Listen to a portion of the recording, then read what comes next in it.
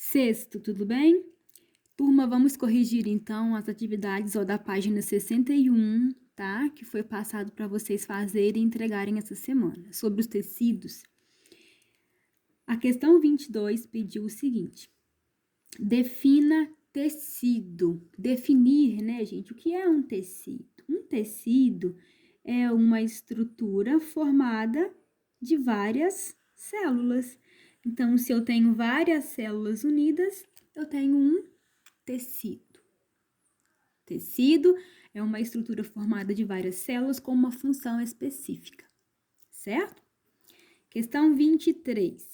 Explique como são formadas estruturas tão diferentes em nosso corpo a partir da fecundação.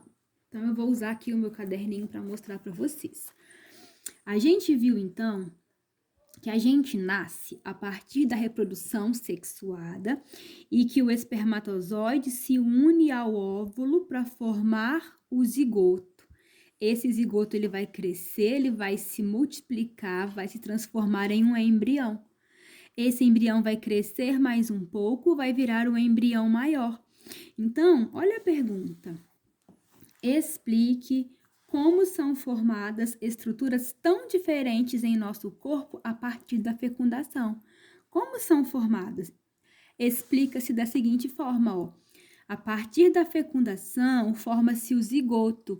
Esse zigoto vai crescer, vai se transformar em um embrião, já está com uma forma diferente. O embrião vai crescer um pouco mais e vai se diferenciando, ou seja, ele vai tomando formas diferentes. Então, você vai descrever esse processo aqui, certo? Questão 24.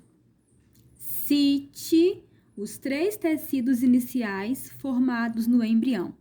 Só para citar, gente, volta aqui no caderninho. Os 3 tecidos iniciais. Nós vimos na aula passada que o embrião, ele fica um pouco diferente porque ele cresceu e ele forma 3 tecidos iniciais. Quem são eles? Ectoderma, mesoderma e endoderma. Certo?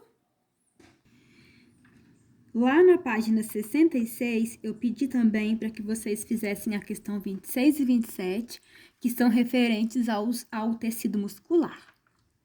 Questão 26 disse assim: diferencie movimentos voluntários e involuntários e exemplifique 3 movimentos de cada um deles. Turma, diferenciar movimento voluntário e involuntário.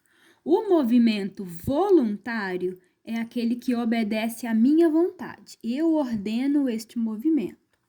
O movimento involuntário, ele não obedece à minha vontade. Então, ele acontece independente da minha vontade, certo? Exemplos, 3 exemplos de movimento voluntário: falar, correr, nadar. 3 exemplos de movimentos involuntários: o batimento do coração, o movimento das fezes no intestino, que mais? As contrações do útero no momento do parto, ok? Questão 27. Compare os 3 tipos de tecido muscular, explicitando pontos semelhantes e diferentes entre eles. Eu vou usar aqui o meu caderno mais uma vez com vocês, para a gente comparar esses 3 tecidos musculares. Observe aqui, os 3 tecidos musculares são o estriado esquelético, o estriado cardíaco e o músculo liso. Vamos compará-los aqui buscando semelhanças e diferenças. O estriado esquelético, ele está grudado nos ossos. Ele faz movimentos voluntários, ou seja, eu ordeno comandar, correr e pular. O músculo estriado cardíaco, ele só existe no coração e, diferentemente do estriado esquelético, ele faz um movimento involuntário, ou seja, a contração do músculo cardíaco acontece independente da minha vontade, ou seja, o coração bate sem eu querer ou querendo.